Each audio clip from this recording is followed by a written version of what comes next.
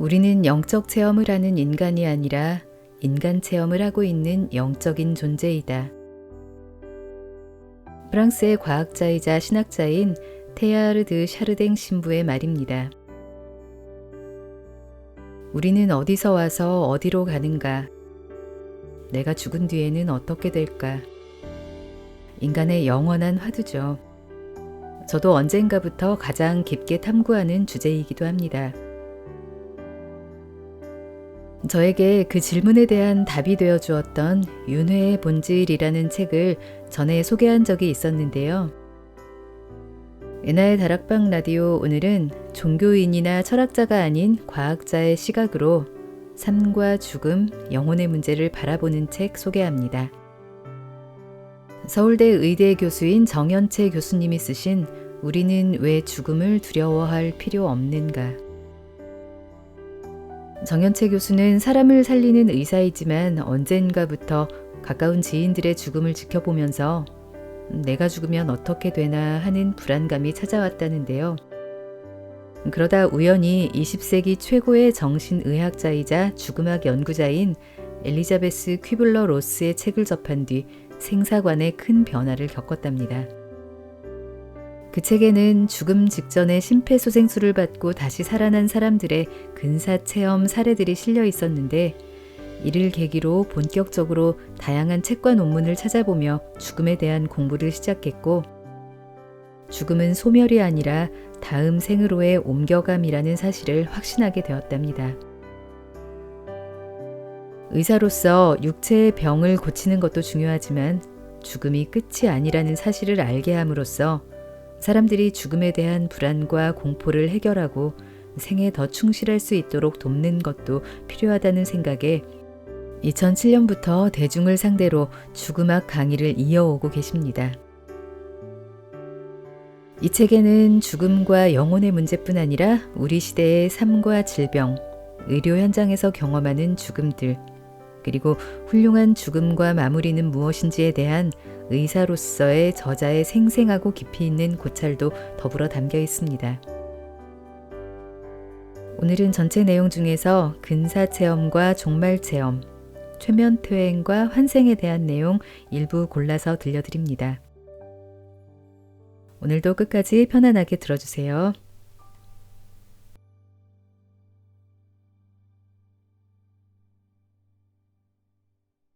의사라는 직업을 갖고 있다 보니 의료 현장에서 죽음과 맞닥뜨리는 경우가 많고 특별한 체험을 하기도 한다. 필자뿐만 아니라 동료들도 비슷한 경험을 한다. 그중 하나, 죽음의 현장에서 일어나는 중요한 영적 현상인 근사체험에 대해 소개하려고 한다. 2012년 11월 필자가 한국여의사회 초청으로 죽음학 강의를 하고 나서 질문을 받았는데 이때 여의사 한 분이 자신의 친구가 경험한 흥미로운 사례를 제보해 주었다. 우리나라에서 의과대학을 졸업한 후 미국으로 건너가 마취과 의사로 근무하면서 경험한 일이라고 했다. 그 의사는 유대인이 세운 큰 병원에서 주로 심장수술 마취를 담당하였다. 수술을 집도하는 외과 의사는 평소 동양인을 비하하는 등 인성이 좋지 않았고 한국인 마취과 의사도 늘 무시를 당했다고 한다. 그런데 어느 날 바로 이 외과 의사의 심장이 멎는 응급사태가 발생했다. 의료진이 달려들어 심폐소생술을 실시했는데 30분이 지나도 반응이 없자 포기하려고 했다. 그때 한국인 의사는 포기하지 않고 계속 심폐소생술을 시행했다. 미국인 의료진이 멀뚱히 보고만 있는 가운데 한국인 의사 혼자 피짓땀을 흘리며 심폐소생술을 했고 30분쯤 지났을 때 기적적으로 심장이 뛰기 시작하여 외과 의사가 살아났다고 한다.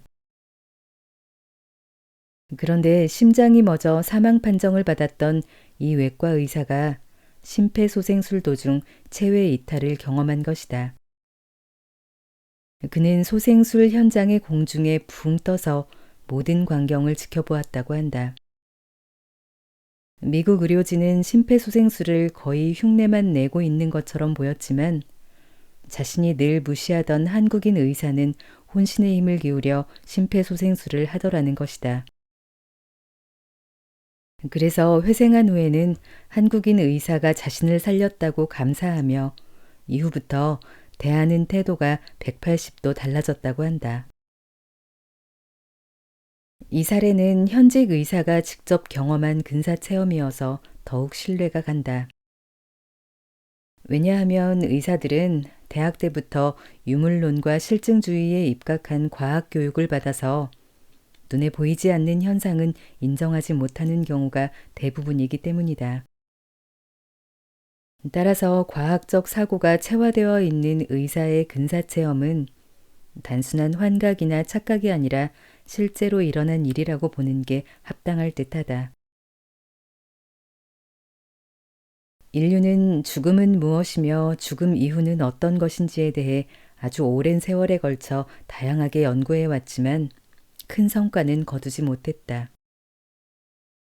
그러다 의학이 발전하면서 1970년대 중반부터 죽음의 실체를 파악할 수 있는 계기가 마련됐다.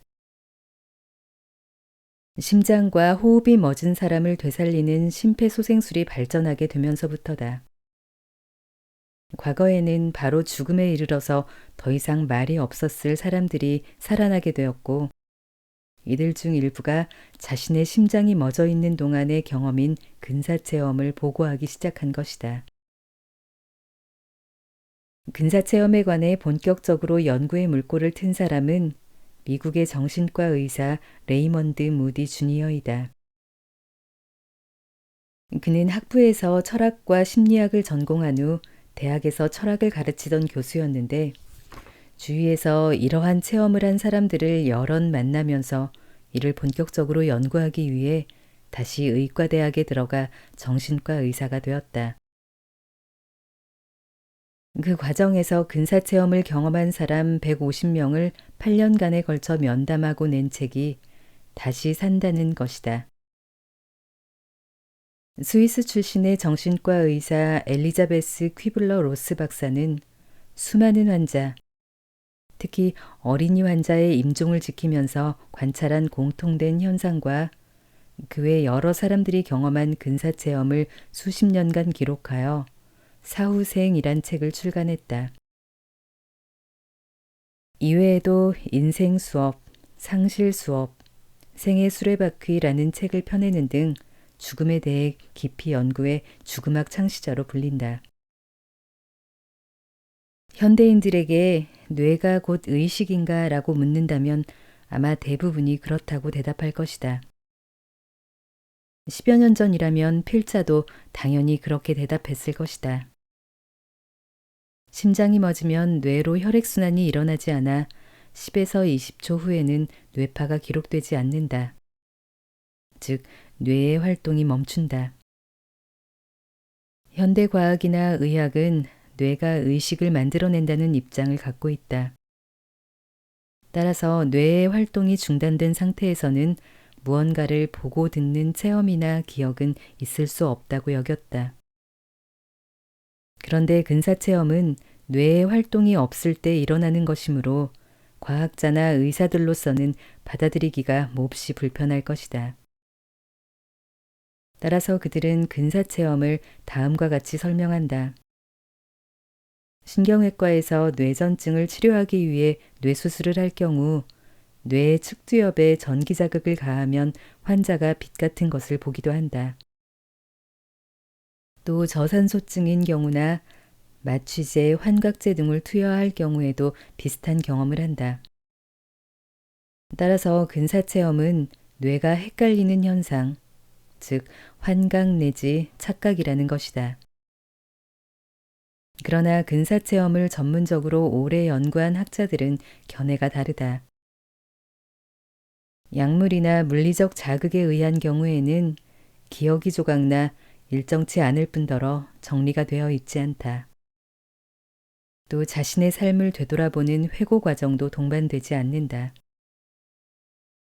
근사체험 후 공통적으로 일어나는 삶의 심대한 변화도 없고 죽음에 대한 두려움이 없어지지도 않는다.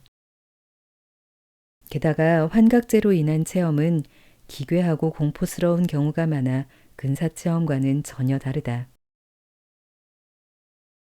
근사체험 중에 죽은 가족을 만나는 경우가 덜어 있다.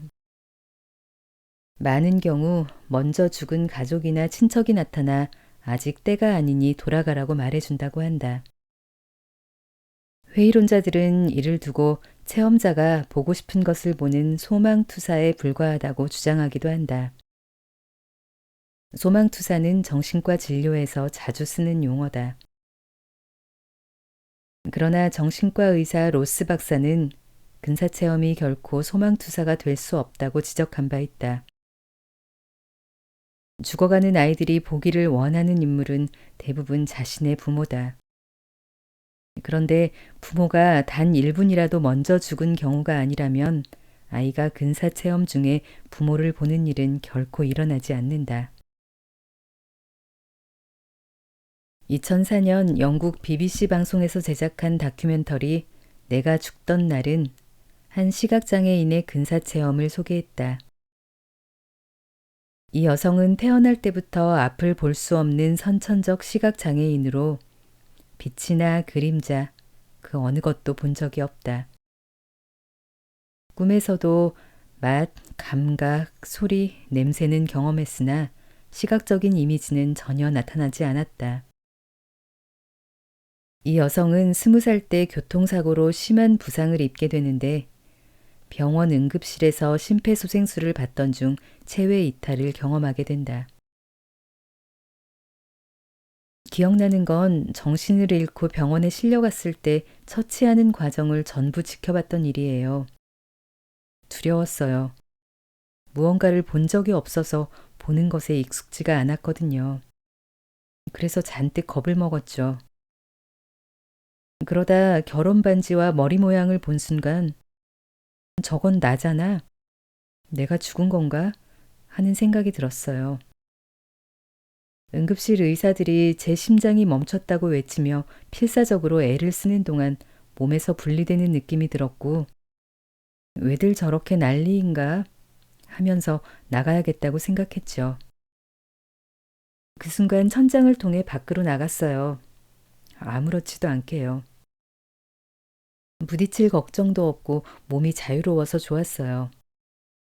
갈 곳이 정해져 있었죠. 풍경 소리가 들렸는데 너무나 아름다운 소리였어요. 낮은 톤에서 높은 톤까지 다양한 소리를 냈죠. 그곳엔 나무와 새 그리고 사람이 몇 명 있었는데 그들의 몸은 놀랍게도 빛나고 있었죠. 너무나 아름다운 광경에 완전히 압도당했어요. 전에는 빛이 어떤 건지 상상도 못했거든요. 지금도 그때를 생각하면 가슴이 벅차요. 그동안 눈이 안 보여 궁금했던 모든 걸 해소할 수 있었으니까요. 그곳엔 제가 알고 싶었던 것들로 가득했어요. 몸 안으로 다시 돌아오자 극심한 고통이 느껴졌고 몸이 무겁고 굉장히 아팠어요. 다큐멘터리에서는 눈과 뇌가 시각적인 정보를 제공하지 않아도 의식은 활동할 수 있다는 것을 보여준다고 설명하였다. 다시 말해 인간은 뇌 없이 의식만으로도 존재할 수 있다는 것을 시사하고 있는 것이다. 근사체험 회의론자들은 이런 체험을 꿈이나 환각이라고 폄하한다. 하지만 시각장애인은 꿈을 꾸더라도 시각적 이미지는 나오지 않는다고 한다. 그렇다면 이 시각장애인 여성이 근사체험 중에 본 결혼반지나 머리 모양은 무엇으로 설명할 수 있을까? 이를 꿈이나 환각으로 치부할 수 없음은 분명한 일이다. 렌싯은 190여 년 전에 창간된 유서 깊은 의학 학술지로 세계에서 발간되는 100여 종의 의학 학술지 가운데 영향력 3위에 해당할 만큼 권위를 인정받고 있다. 자연과학계의 네이처나 사이언스에 필적한다고 할 수 있다. 2001년 이 학술지에 심장 정지 후 회생한 사람의 근사체험. 네덜란드에서의 전향적 연구라는 제목의 근사체험 연구 결과가 실렸다. 네덜란드의 연구자들은 10개 병원을 선정하고 사망 판정을 받은 직후 심폐소생술로 다시 살아난 344명을 대상으로 조사를 벌였다. 그 결과 그들 중 약 18%인 62명이 근사체험을 경험한 사실을 밝혀냈다. 연구자들은 근사체험자들의 공통적인 요소를 10가지로 정리했다. 자신이 죽었다는 인식, 긍정적인 감정, 체외 이탈 경험, 터널을 통과함, 밝은 빛과의 교신, 색깔을 관찰, 천상의 풍경을 관찰, 세상을 떠난 가족, 친지와 만남, 자신의 생을 회고, 삶과 죽음의 경계를 인지. 10가지 체험 요소 가운데 밝은 빛과의 교신은 발성기관을 통해 언어로 이루어지는 소통이 아니라 생각이 즉각적으로 전달되고 이해되는 방식이다. 이때 밝은 빛이 질문을 하기도 하는데 다른 사람을 얼마나 배려하고 사랑했으며 지혜를 쌓아왔는지를 묻는다. 또한 자신의 생을 회고하는 체험에서는 살아오면서 겪었던 중요한 사건들이 주마등처럼 펼쳐지며 순간순간을 다시 경험하는 삶의 회고가 이루어진다. 이때 자신이 가해자였던 경험에서는 피해자가 겪었을 참담한 심정을 그대로 느끼게 된다. 그러므로 가시돋침말이나 이기적인 행동으로 남을 괴롭히며 살아왔던 사람은 무척이나 괴로운 시간을 겪을 수밖에 없다. 반대로 자신의 선한 의도나 행동을 다시 경험하는 순간에는 무한한 기쁨과 평안을 맛보게 된다.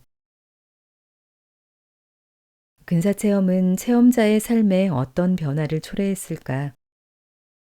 이를 알아내기 위해 연구자들은 근사체험자 23명과 소생하긴 했지만 근사체험을 하지 않은 15명을 8년이란 기간에 걸쳐 조사하고 비교하였다.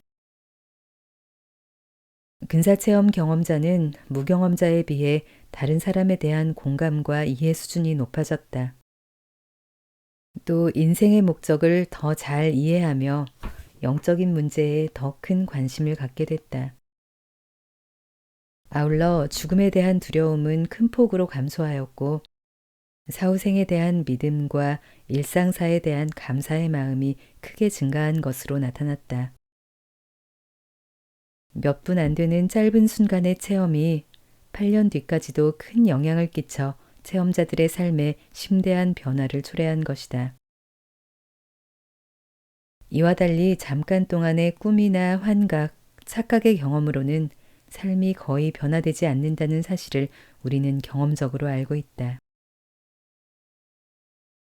몇 년간 췌장암으로 투병하다가 2011년 10월 세상을 떠난 애플 컴퓨터의 CEO 스티브 잡스. 그의 전기에는 임종 직전의 상황이 잘 묘사돼 있다. 그는 아이들과 아내 로렌을 차례로 오랫동안 바라본 다음 그들의 어깨 너머로 시선을 던졌다. 그리고 오, 와우, 오, 와우 하는 감탄사를 남기고 눈을 감았다. 그는 죽기 전에 과연 무엇을 받기에 이런 행동을 한 것일까?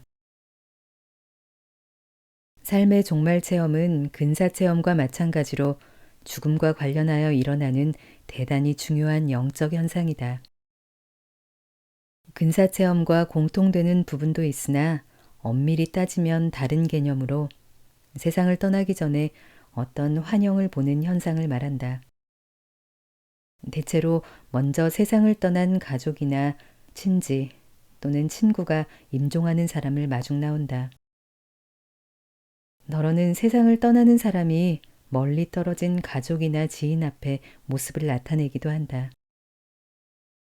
이는 임종하는 사람과 가족 모두에게 편안한 느낌을 주기 때문에 마지막 선물이라고 부르기도 한다. 영국의 정신과 의사 피터 페닉 박사는 우주현상에 대해 탐구하는 의사와 과학자 집단 네트워크의 회장을 지냈다. 그는 영국과 스코틀랜드에서 일어난 종말 체험 사례를 수집하여 죽음의 기술이라는 책을 출간했다. 베닉 박사는 책 출간 무렵 영국 방송과 한 인터뷰에서 죽음은 스위치가 툭 하고 꺼져버리는 단순한 일이 아니며 여러 단계의 일이 발생하는데 그중 하나가 죽어가는 사람이 임종에 임박해 먼저 죽은 가족이나 친지의 방문을 받게 되는 사건이라고 말했다. 책에 소개된 여러 사례 가운데 하나는 아일랜드의 왕립과학원 물리학 교수였던 윌리엄 베럿의 부인이 1920년대에 경험한 것이다. 베럿의 부인은 산부인과 의사였는데 한 산모가 건강한 아이를 출산했으나 과다출혈로 생명이 위독한 상황이었다. 그런데 간병인이 보니 그 산모는 얼굴에 상냥한 미소를 띤 채 허공에 있는 무엇인가에 시선을 두고 있었다. 산모의 동생은 3주일 전에 세상을 떠났으나 가족들은 환자의 몸 상태가 좋지 않아 이 사실을 알려주지 않았다. 임종에 앞서 이 산모는 오래전에 타계한 아버지와 3주일 전에 세상을 떠났던 동생의 마중을 받은 것이다. 아내로부터 이 이야기를 전해 듣고 충격을 받은 윌리엄 베럿은 이러한 사례들을 수집하여 임종 시에 나타나는 환영들이라는 제목의 책을 출간하였다. 엘리자베스 퀴블러 로스 박사의 책 사후생에서도 비슷한 사례를 소개하고 있다. 로스 박사는 어린이 환자들의 임종을 많이 지켜봤는데 한 번은 일가족이 심한 교통사고를 당한 가족이 있었다. 차를 운전하던 엄마는 현장에서 즉사하고 딸과 아들은 중상을 입어 같은 병원에 서로 다른 병동에 입원한 상태였다. 그런데 여자아이가 임종이 다가오자 모든 것이 다 잘 되고 있어요. 엄마와 남동생이 저를 기다려요. 라는 말을 하고 눈을 감았다. 로스 박사는 여자아이의 엄마가 현장에서 죽었다는 것은 알고 있었지만 남동생이 죽었다는 사실은 미처 알지 못했다. 그 바로 직후 로스 박사는 다른 병동에 있던 여자아이의 남동생이 여자아이보다 10분 전에 죽었다는 전화를 받는다. 여자아이는 사고 현장에서 어머니가 죽은 것은 목격했을지 몰라도 남동생은 당시 살아있었다. 따라서 죽은 남동생의 마중을 받게 된 것을 환자의 착각이나 혼동으로 볼 수는 없다. 필자 지인의 부친은 암으로 3년간 투병하다가 임종을 맞게 되었다. 지인 부친은 6.25 전쟁 때 학도병으로 참전한 적이 있는데 임종 무렵 전사한 동료들이 침대 끝에 서 있다면서 몹시 두려워했다고 한다. 지인은 부친이 세상을 떠난 후 필자에게 이 이야기를 들려줬다. 그래서 삶의 종말 체험 얘기를 해줬더니 미리 알았더라면 임종 직전에 부친이 편안하게 죽음을 맞도록 도와드렸을 거라며 몹시 아쉬워했다.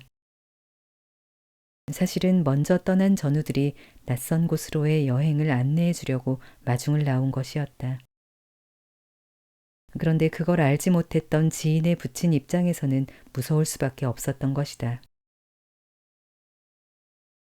사후 세계를 알게 해주는 또 다른 접근법은 최면퇴행을 이용한 방법이다. 우리나라에서 최면은 TV 예능 프로에 자주 등장하면서 마술과 비슷한 것으로 오해를 받곤 한다. 그러나 이는 잘못 알려진 것이다.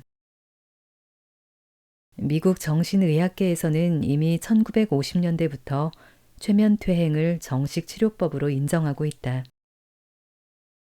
최면퇴행은 현재 겪고 있는 정신적인 어려움이 유년기 체험에서 비롯된 것일 수도 있다고 보고 최면을 유도하여 과거의 기억으로 거슬러 올라가 원인을 치료하는 방법이다. 그런데 이 과정에서 전혀 의도하지 않았는데도 내담자의 태아 때 기억이나 전생, 심지어는 삶과 삶 사이의 기억까지 소집되는 사례들이 보고되기 시작했다. 국내에도 널리 알려진 심리학자 마이클 뉴턴 박사의 연구가 대표적이다. 최면은 오랫동안 묻혀있던 환자의 기억을 되살리는 훌륭한 도구일 뿐 신비적인 요소와는 거리가 멀다. 최면은 일종의 정신 집중 상태를 만들어내는 것이라고 뉴턴 박사는 강조한다. 박사는 10여 년 동안 자신이 시행했던 최면 퇴행의 사례 중 대표적인 29개의 사례를 모아 영혼들의 여행이라는 책을 썼고, 이어 영혼들의 운명을 통해 삶과 삶 사이의 생에 대해 고찰했다. 그는 영혼들의 여행 서문에서 정신 이상자들의 행동 수정을 전문으로 하는 최면요법 심리치료가 자신의 분야라고 말한다. 그는 원래 내세를 부정했고 환생이니 윤회니 하는 것을 믿지 않는 회의주의자였다. 그래서 상담 초기에는 사람들이 전생요법을 요청하면 그것이 정통적인 치료 방법이 아니라고 생각해서 스스로 저항감을 느꼈다고 밝히고 있다. 이런 태도를 견지하던 그가 생각을 바꾸게 된 계기는 오랫동안 오른쪽 옆구리 통증을 호소하던 젊은 청년을 상담하게 되면서부터라고 한다. 청년은 최면 퇴행 과정을 통해 자신이 칼에 찔리는 장면을 떠올렸고, 뉴턴 박사는 그 이미지의 근원을 찾다가 이 청년이 제1차 세계대전 당시 프랑스에서 살해당한 군인이었음을 알아내게 된다. 그 이후로 청년의 고통은 완전히 치유될 수 있었다고 한다. 이처럼 병원에서 온갖 정밀 검사를 시행해도 해결되지 않는 고질적인 증상 때문에 찾아온 내담자에게 뉴턴 박사는 최면을 걸어 그 원인을 추적했다.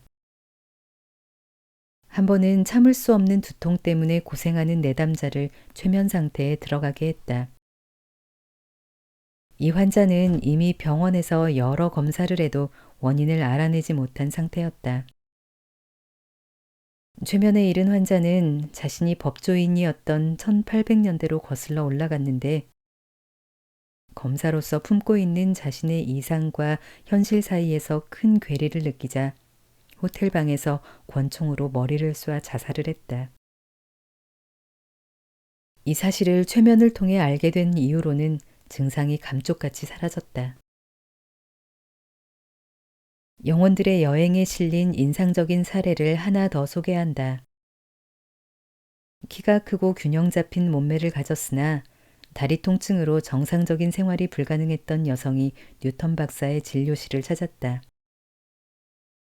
이 환자 역시 병원에서 온갖 정밀 검사를 받았지만 원인을 발견하지 못한 터라 최면을 통해 내담자의 고통이 전생에 기인하는지를 찾아보기로 하였다. 제일 먼저 그녀는 서기 800년경 바이킹으로 살았을 때로 들어갔다. 이 바이킹은 큰 키와 막강한 힘, 넓은 가슴과 힘센 팔다리를 가진 거인이었는데, 동료들과 배를 타고 긴 항해를 하며 어느 마을을 약탈하다가 피살되었다. 이어 현재의 다리 통증과 가장 관련이 있는 생애로 들어갈 수 있도록 유도하였더니 1871년 미국 뉴 잉글랜드 지방에 사는 6살 난 소녀의 삶으로 가게 되었다. 이 소녀는 부모와 함께 마차를 타고 가는 중이었는데, 마차 문을 갖고 장난을 치다가 그만 문이 열리면서 마차 밖으로 떨어지게 되었다. 이때 소녀는 마차 뒷바퀴에 허벅지가 깔려 뼈가 부러졌다. 이후 혈액순환 불량으로 다리가 자주 부어 올랐다고 한다. 이후 1912년 사망할 때까지 불우한 아이들을 위해 책을 쓰고 가르치는 삶을 살았다. 박사가 강인한 바이킹 남자에서 장애를 가진 여자의 몸을 택하기까지 약 1000년의 세월이 흘렀는데 그동안 어떻게 지냈습니까?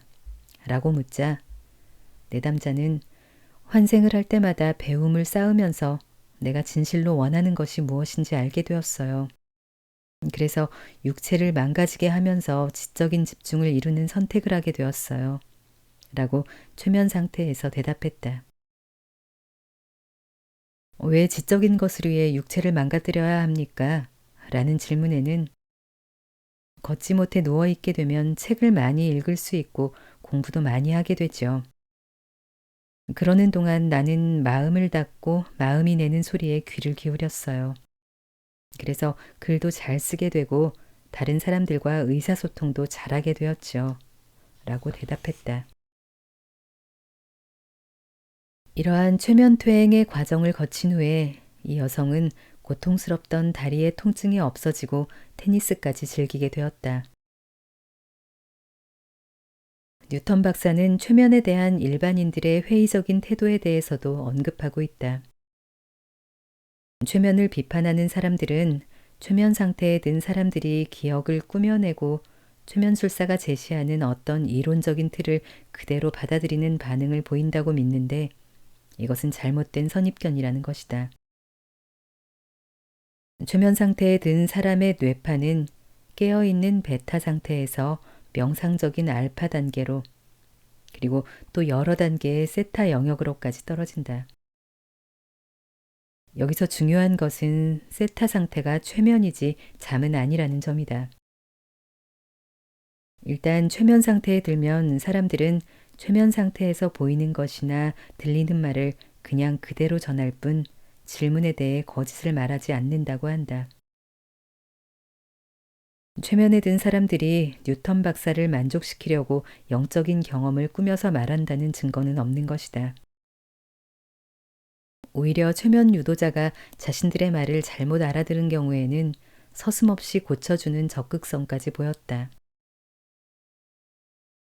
뉴턴 박사는 최면 퇴행 요법이 끝난 후 사람들의 얼굴에 어리는 경외심을 보는 것이 큰 보람이었다고 한다.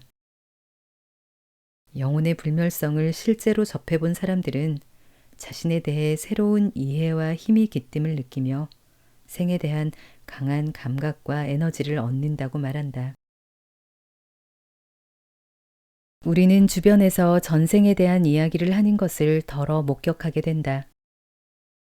예를 들어 저 녀석은 전생에 나랑 무슨 원수지간이었기에 이렇게도 부모 속을 썩이나. 전생에 나라를 구했나 봐. 다음 생에는 부디 좋은 곳에 태어나기를 등등. 그러나 본격적으로 진지하게 환생에 대한 이야기를 꺼내면 손사래를 치면서 주제를 회피한다. 아니면 얘기 꺼낸 사람을 좀 이상하거나 미신에 빠진 사람으로 치부한다. 현대인은 왜 이런 반응을 보이는 걸까? 그 이유는 아래 표에서 보는 것처럼 여러 가지가 있을 것이다. 환생론을 싫어하는 이유, 다시 태어나 반복해 살아야 한다는 것에 대한 거부감, 내가 안 믿는 종교의 교리, 특정 종교에서 한사코 반대, 종교계에서 성직자의 역할 축소에 대한 우려, 축생 등에 대한 공포, 그 밖에 과학 만능주의에 입각한 유물론을 맹신하는 것도 한 이유일 듯하다. 사람이 죽으면 모든 존재가 소멸해버려 아무것도 없는 것이라고 생각하는 사람들이 있다. 이러한 생각에 대한 반론 근거 중 하나가 환생론이다. 흔히들 환생론은 불교나 힌두교에서 나온 것이라고 생각하기 쉽다. 그러나 초기 기독교에서도 환생론은 자연스러운 것으로 보았다. 서기 325년 니케아 공의회 이후 모든 기독교 복음서에서 환생을 암시하는 구절이 삭제되었다. 553년에는 제2차 콘스탄티노폴리스 공의회에서 유스티니아누스 황제가 환생론은 악마의 재림이다 라고 경고하였다. 이로써 국가 권력과 결탁하여 제도화된 교회는 환생론을 이단시하고 환생론자들을 처형하기에 이른다. 리처드 바크의 소설 갈매기의 꿈에는 환생에 대한 인상적인 문장이 나온다. 먹는 일보다 다투는 일보다, 무리 중에서 권력을 차지하는 일보다 더 가치 있는 삶이 있다는 것에 대해 처음 생각이 미치기까지 우리가 얼마나 많은 삶을 통과해야 하는지 아는가. 우리가 살아가는 목적은 완성을 발견하기 위함이라는 것을 깨닫고 그것을 추구하기까지 또다시 100번의 생을 거쳐야 할 거야.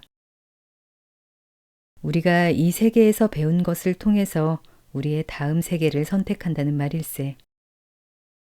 아무것도 배우지 않는다면 다음 세계도 지금과 똑같은 것일 수밖에 없지. 현재와 똑같은 한계들과 극복해야 할 무거운 짐에 짓눌리는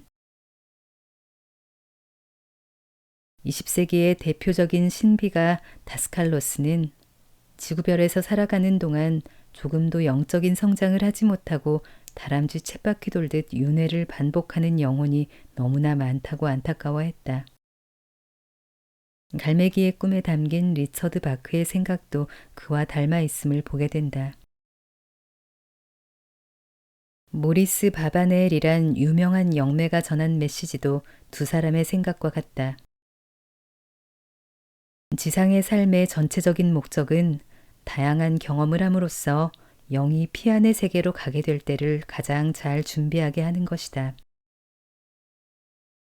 성장은 지상에서의 삶의 경험에 의해 빨라질 수 있지만 많은 사람들이 자유의지를 사용할 때 잘못된 선택을 하여 지상에서 사는 동안 성장을 제대로 이루지 못하게 된다. 모스크바의 전문의 바바라 이바노바는 우리가 역경을 극복하는 법을 배울 때까지 매 생애마다 비슷한 역경이 나타나기 때문에 우리는 그 문제들을 해결해야 한다고 말한다.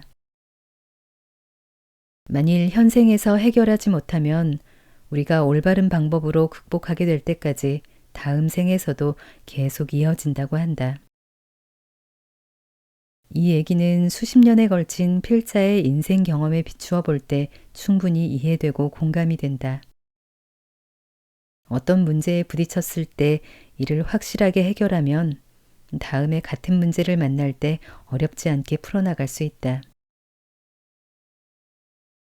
영매 리사 윌리엄스는 가족이란 전생에서 해결하지 못한 문제를 이 생에서 해결하고 극복할 수 있도록 맺어진 인연이다. 각자 역할을 맡아 영적인 성장을 서로 돕는다라고 했다. 이런 관점에서 볼 때 부모와 자식은 단순히 유전 형질만 주고받는 관계가 아니라 이 생에서 주어진 공통 과제를 함께 해결해가는 동지인 셈이다. 크리스토퍼 M. 베이치 교수의 윤회의 본질은 필자가 섭렵한 윤회 관련 책 중에서 가장 이해하기 쉽고 합리적인 책이다. 이 책은 카르마에 대해 자주 언급하는데 카르마는 인과 법칙을 가리키는 말로써 윤회에 있어서 빠뜨릴 수 없는 용어이자 명제라고 할 수 있다. 흔히 업으로 번역하는 카르마는 행위를 뜻하는 말로 비키파, 즉 결과를 만들어낸다. 눈에는 눈, 이에는 이, 혹은 뿌린 대로 거두리라는 말이 카르마와 관련해 자주 인용되는 문구일 것이다. 이러한 인과응보식 개념에 의하면 이번 생에서 내가 누군가를 죽였다면 다음 생에서는 그에 의해 내가 살해된다. 그런데 현재의 카르마는 보상 개념을 포함하기 시작했다. 이번 생에서 누군가를 죽였더라도 다음 생에서 반드시 그로부터 죽임을 당하지 않아도 된다. 대신 그의 생명을 구해주어 업을 해결하게 된다고 보는 것이다. 이후 카르마는 좀 더 발전하여 배움 개념으로 확장되어서 이번 생에서 살인을 저질렀다면 다음 생에서는 가족을 잃은 사람들을 위해서 헌신하게 됨으로써 이전 행위, 즉 카르마의 결과를 짊어지게 된다. 윤회의 본질에는 좋은 왕으로 태어나기 위해 환생을 거듭하는 이야기가 나온다. 주인공은 처음엔 빈털터리 거지로, 다음 생에서는 가뭄에 시달리는 소작농으로, 그 다음 생에서는 병든 아이로 태어나는 가혹한 삶을 택한다. 이 세 번의 삶에서 얻은 연민을 동력으로 주인공은 세상을 바꿔나간다. 이 사례를 보면 현재의 불행과 고통이 전생의 악업 때문이라고 단정할 수 없다. 오히려 미래의 성취를 위한 준비 과정이라고 보는 것이 합당하다. 우리는 흔히 현재 겪고 있는 불행의 원인을 전생의 악업 탓으로 돌리는 경향이 있는데, 영적으로 성장할수록 삶의 내용은 더욱 가혹해지는 경향이 있다고 한다. 영적인 성장을 가속시키기 위해 일부러 험난한 삶을 계획한다는 것이다. 환생이 사실이라고 하더라도 기억을 못하면 무슨 소용이 있나요? 이런 질문을 사후세계에 관한 강의를 할 때 자주 받게 되는데 당연히 궁금할 수 있다고 본다. 우리는 수많은 생을 살아오면서 형성된 기억을 태어나면서 모두 망각하게 된다. 간혹 2살에서 7살 사이의 전생 기억을 말하는 경우도 있지만 점차 나이가 들면서 잊어버리게 되는 것이 대부분이다. 그런데 전생의 기억은 소멸하는 게 아니라 평상시 접근이 금지된 보관소 같은 곳에 봉인된 채 보존된다. 그 이유에 대해 브라이언 와이스 박사는 네가 500년 전에 내 머리를 돌로 때린 적이 있잖아 하며 과거 누군가와 있었던 관계를 모두 기억하게 된다면 감당하기 어려울 것이라고 말한다. 그리고 과거 생에서 잘못한 일로 인해 벌을 받았던 기억이 남아있고 이 기억 때문에 도덕적인 행동을 하게 된다면 이는 아직 배움에 이르지 못한 것이라고 말한다. 즉, 다른 사람에 대해 위해를 가하면 벌을 받기 때문에 윤리적으로 행동하는 것은 진정한 깨달음이 아니다. 우리 모두가 영적인 존재임을 깨닫고 다른 사람에 대한 연민과 사랑, 그리고 배려를 해나갈 때 이 지구별에 온 목적을 달성하게 되는 것이다. 바로 이런 이유 때문에 태어나면서 전생의 기억을 망각하게 된다. 그러나 망각한 전생의 기억이 언제까지나 봉인된 채 있는 것은 아니다. 우리가 수명을 다해 죽음을 맞고 육신을 벗어나면 과거 여러 생을 되돌아보면서 그 봉인이 풀리게 되고 기억의 통합과 깨달음이 이루어지게 된다. 이때 태어나기 전에 세웠던 계획이 살아가면서 실제로 얼마나 이루어졌는지를 분석하고 통합하는 과정을 거치게 된다. 밀봉됐던 기억이 삶에서 해제되는 경우가 바로 육체가 절체절명의 순간에 이르렀을 때 하게 되는 근사체험의 순간이다. 체험자의 의식이 엄청나게 고양되며 마치 고향에 온 듯이 친숙한 느낌을 받게 된다. 한 학기 동안 열심히 공부하면 방학을 맞이하듯이 육체의 수명이 다하면 죽음을 맞게 된다. 죽음이라는 통로를 통해 육신을 벗고 비물질계로 이동해서도 우리의 영혼은 성장을 이루어간다. 우리 모두가 고귀한 영적 존재이므로 지구별에서의 우리 삶은 영적인 것이고 우리의 두 눈에 보이는 물질 우주의 바탕에는 더 큰 영적 우주가 존재한다. 그리고 우리는 반복되는 삶과 죽음을 통해 물질적인 우주와 영적인 우주를 오가며 지구에 온 목적을 완성할 때까지 길고 긴 여정을 계속해 나가게 된다. 이러한 과정의 반복인 윤회는 다른 사람에 대한 이해와 배려, 그리고 사랑을 통해 우리에게 내재된 불성이나 신성을 조금씩 실현해 나가도록 이끈다. 삶이 힘들고 고달프지만 우리는 그걸 통해 깊어지고 넓어진다.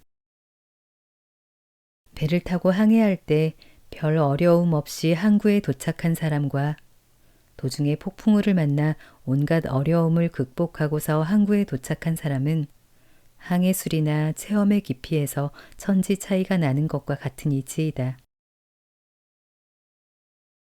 육체적, 정신적으로 어려움을 겪으며 살아가는 장애인을 도전자로 부르자는 움직임도 이와 맥을 같이 한다고 할 수 있다. 모두가 영적인 존재인 우리는 눈에는 보이지 않지만 서로 연결되어 있다. 또 삶의 궁극적인 목적은 영적인 성장을 계속해 나가 우주 의식과 하나가 되는 것이다.